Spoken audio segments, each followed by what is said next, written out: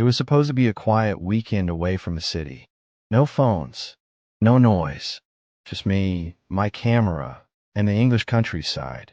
I rented a small cabin near Thetford Forest in Norfolk, a place people online call peaceful and untouched. The owner handed me the keys in silence and said just one thing before I left. Don't go into the woods after dark. People hear screaming. I laughed it off. Local folklore. That's half the charm, isn't it? The cabin was lovely, basic, wooden, and surrounded by open land, with the edge of the forest just a few hundred feet away. I unpacked, made a cup of tea, and by sunset, was sitting on the porch listening to the breeze whisper through the leaves. Then I heard it. A scream. Far off. Not desperate. Not quite human either. It was long and hollow, like someone yelling into a tunnel. I stood frozen for a few seconds, trying to convince myself it was a fox. Or a deer. Maybe a bird. It happened again. Closer this time. I went inside, locked the door, and turned up the old radio to drown it out. But the scream didn't stop. It kept coming. Every 10 minutes or so. Always the same. Long, distant, too slow to sound natural. Around midnight, it stopped. I fell asleep, clutching a torch in one hand. The next morning, I went for a walk into the woods. I needed to prove to myself there was nothing out there, just trees and animals. It was bright out, and the forest looked beautiful, with sunbeams piercing the canopy like golden needles. About 20 minutes in, I noticed something odd. The trees ahead were scorched black, dozens of them, as if lightning had struck repeatedly in one patch. But the ground was untouched. No ash, no burn marks. I took photos, curious. That's when I noticed the silence. No birds, no wind, just the distant hum of my own blood rushing in my ears. And then, crack, a branch snapped behind me. I turned. Nothing. Then another. Closer. I spun around, yelling, "Hello? Someone there." Silence. I started walking back fast, but the crunching followed. I broke into a jog, and whatever it was began to run. I could hear the weight behind it, like someone heavy, barefoot, smashing through the underbrush. I ran, my legs pumped, lungs burning. I didn't look back until I saw the cabin in view. I turned and saw no one. But I swear, just before I crossed the tree line, I heard breathing, right in my ear. I slammed the cabin door shut, locked everything, and stayed inside. I should have packed and left, but pride kept me there. At sunset, it started again. The screams. But now, they were closer. Not in the distance. Not in the woods. This time, they came from behind the cabin. I didn't go outside, just peeked through the back window. At first, I saw nothing. Then someone stepped out of the trees. A man, barefoot, pale, standing completely still, staring at the cabin. I froze. He wasn't moving.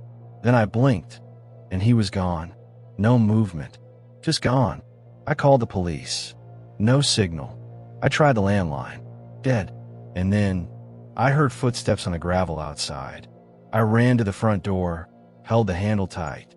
The footsteps circled the cabin slowly, like they were studying the place. Then they stopped. For 10 minutes, nothing. Then a knock. Tap, tap, tap.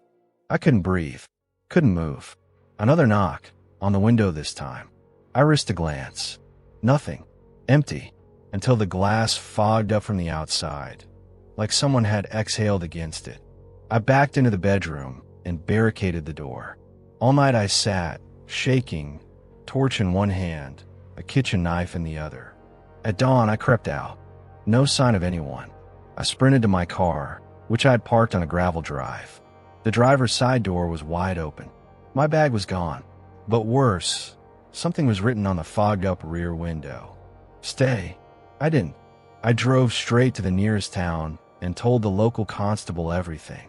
He gave me a tired look and said, "That's not the first time someone said something like this. We've had people vanish around those woods. I haven't been back since."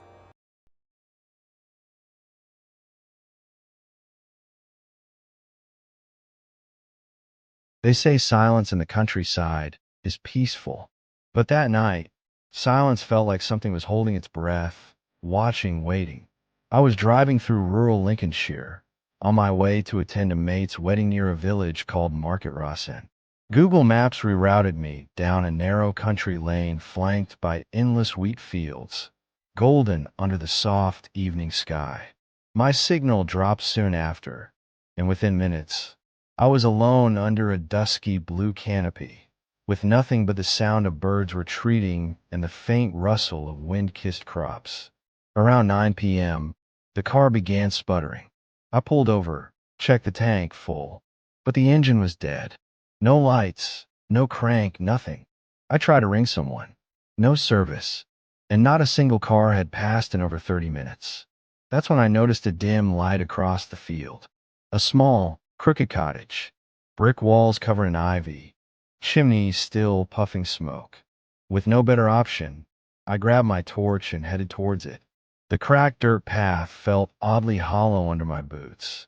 The wheat around me shifted with a strange rhythm, more like movement than breeze. Every few steps, I swore I heard a soft crunch behind me, as if someone, or something, was matching my pace. But every time I turned around, the field stood perfectly still. By the time I reached the low iron gate, my nerves were buzzing. It creaked open on its own, revealing a small yard littered with broken farming tools and an old, rusted swing gently swaying in the still air. I knocked on the door. No answer. The warm light inside flickered. I hesitated, then pushed the door open. The smell hit me like a punch. Mold, damp timber, and something else, putrid. The living room was dimly lit by an oil lamp on a cracked oak table. Family portraits lined the walls, but every single face had been scratched out. The silence was so dense it felt like it had weight.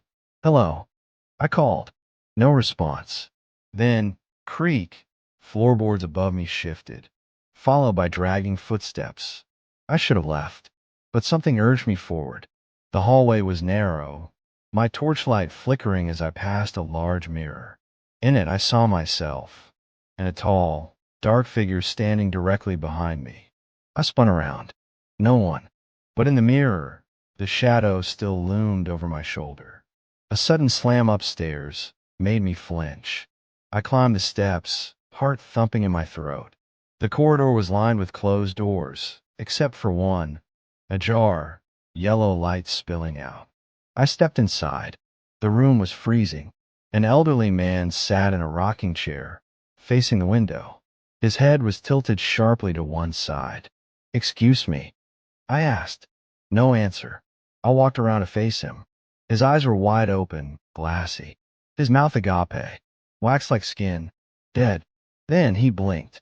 I stumbled back, hitting the wall behind me. His head turned slowly toward me. "You shouldn't be here," he rasped. His voice was papery, brittle. Suddenly, the door slammed shut. I lunged for it, but it wouldn't move.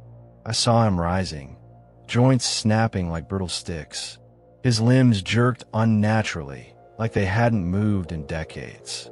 As he stepped toward me, something else joined in, a second pair of footsteps above us. Something was crawling across the ceiling. I kicked at the door until the latch snapped. I bolted down the stairs, nearly falling twice. I didn't stop, didn't look back. Outside, the field had changed. The footpath I came through was gone, just endless gold. I ran anyway. The stalks lashed at my face and arms. But worse, I wasn't alone. I heard shallow breathing behind me.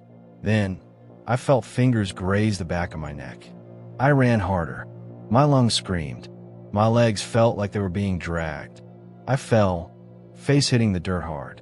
I rolled over and saw them, skeletal fingers gripping my ankle, pulling me into the earth. A face followed, grinning, rotted, eyeless. I kicked and screamed, thrashing until I broke free. I tore through the crops until I reached the roadside and collapsed. Somehow, a van was passing, a delivery driver heading toward Louth. He helped me in. I barely spoke, just begged him to drive. He glanced at me in the mirror and said, "You must have wandered near that old Tollingham cottage. Folks around here know to steer clear of it." I didn't sleep that night. I didn't speak of it for weeks. A month later, I returned with a friend during the day. The path, gone. The house, not a single trace.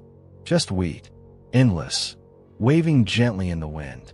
Too gently, too quiet.